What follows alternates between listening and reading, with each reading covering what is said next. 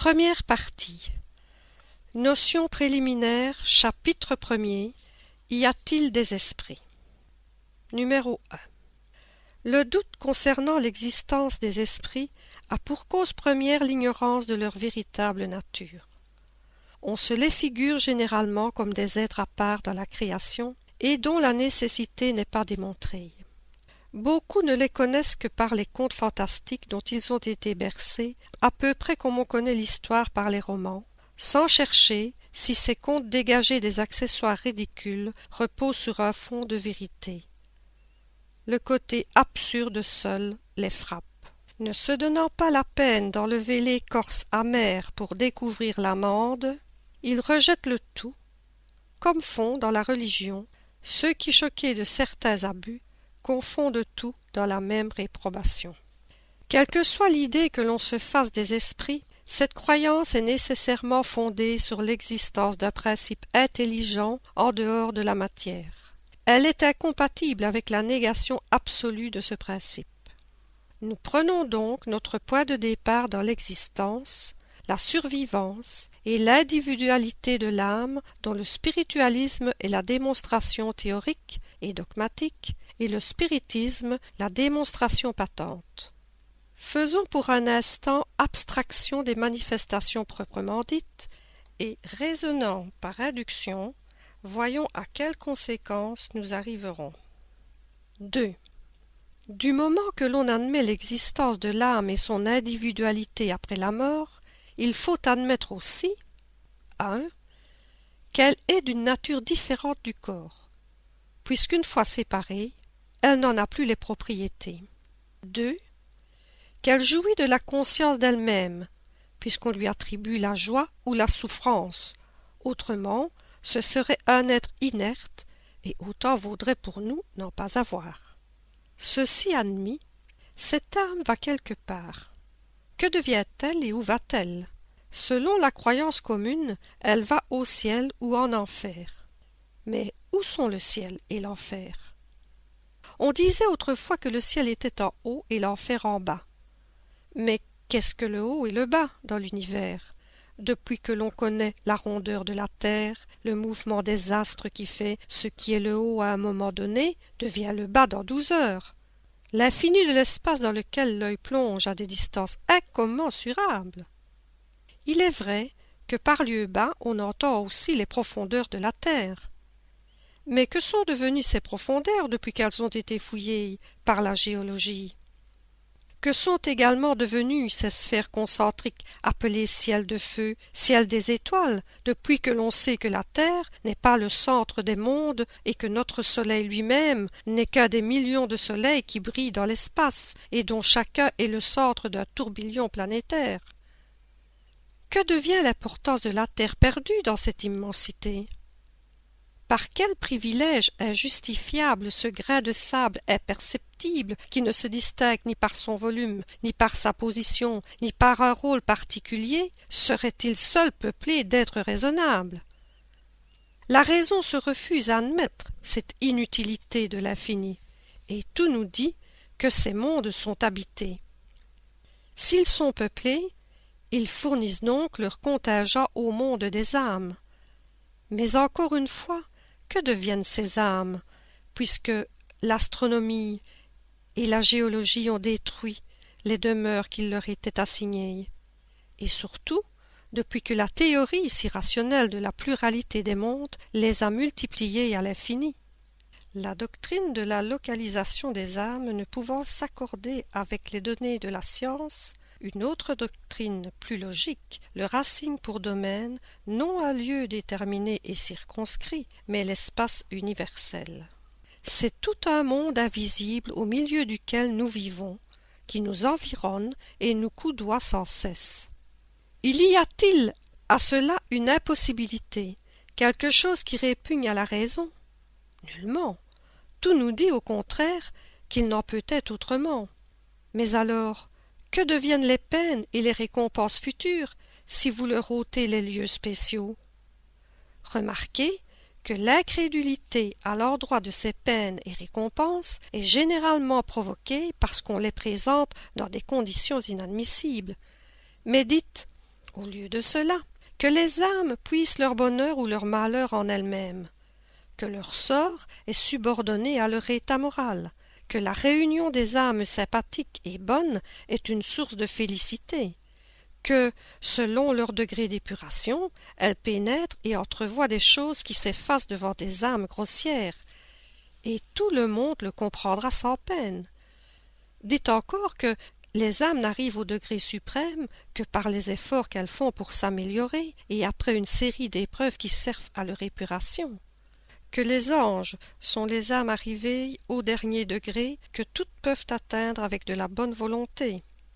Que les anges sont les messagers de Dieu, chargés de veiller à l'exécution de ses desseins dans tout l'univers, qu'ils sont heureux de ces missions glorieuses et vous donnez à leur félicité un but plus utile et plus attrayant que celui d'une contemplation perpétuelle qui ne serait autre chose qu'une inutilité perpétuelle. Dites enfin que les démons ne sont autres que les âmes des méchants, non encore épurées, mais qui peuvent arriver comme les autres, et cela paraîtra plus conforme à la justice et à la bonté de Dieu que la doctrine d'être créé pour le mal et perpétuellement voué au mal. Encore une fois, voilà ce que la raison la plus sévère, la logique la plus rigoureuse, le bon sens, en un mot, peuvent admettre. Or, ces âmes qui peuplent l'espace sont précisément ce que l'on appelle esprits. Les esprits ne sont donc autre chose que les âmes des hommes dépouillés de leur enveloppe corporelle. Si les esprits étaient des êtres à part, leurs existences seraient plus hypothétiques. Mais si l'on admet qu'il y a des âmes, il faut bien aussi admettre les esprits qui ne sont autres que les âmes. Si l'on admet que les âmes sont partout, il faut admettre également que les esprits sont partout. On ne saurait donc nier l'existence des esprits sans nier celle des âmes. 3. Ceci n'est, il est vrai, qu'une théorie plus rationnelle que l'autre. Mais c'est déjà beaucoup qu'une théorie que ne contredisent ni la raison ni la science. Si de plus elle est corroborée par les faits, elle a pour elle la sanction du raisonnement et de l'expérience. Ces faits, nous les trouvons dans le phénomène des manifestations spirites qui sont ainsi la preuve patente de l'existence et de la survivance de l'âme. Mais chez beaucoup de gens, là s'arrête la croyance. Ils admettent bien l'existence des âmes et par conséquent celle des esprits, mais ils nient la possibilité de communiquer avec eux, par la raison, disent-ils, que des êtres immatériels ne peuvent agir sur la matière. Ce doute est fondé sur l'ignorance de la véritable nature des esprits, dont on se fait généralement une idée très fausse, car on se les figure à tort comme des êtres abstraits, vagues et indéfinis, ce qui n'est pas. Figurons-nous d'abord l'esprit dans son union avec le corps. L'esprit est l'être principal, puisque c'est l'être pensant et survivant. Le corps n'est donc qu'un accessoire de l'esprit, une enveloppe, un vêtement qu'il quitte quand il est usé. Outre cette enveloppe matérielle, l'esprit en a une seconde semi-matérielle qui l'unit à la première. À la mort, l'esprit se dépouille de celle-ci, mais non de la seconde à laquelle nous donnons le nom de périsprit. Cette enveloppe semi-matérielle, qui affecte la forme humaine, constitue pour lui un corps fluidique, vaporeux, mais qui, pour être invisible pour nous dans son état normal, n'en possède pas moins quelques-unes des propriétés de la matière. L'esprit n'est donc pas un point, une abstraction, mais un être limité et circonscrit auquel il ne manque que d'être visible et palpable pour ressembler aux êtres humains. Pourquoi donc n'agirait-il pas sur la matière? Est-ce parce que son corps est fluidique? Mais n'est-ce pas parmi les fluides les plus raréfiés, ceux mêmes que l'on regarde comme impondérables, l'électricité par exemple, que l'homme trouve ses plus puissants moteurs? Est-ce que la lumière impondérable n'exerce pas une action chimique sur la matière pondérable?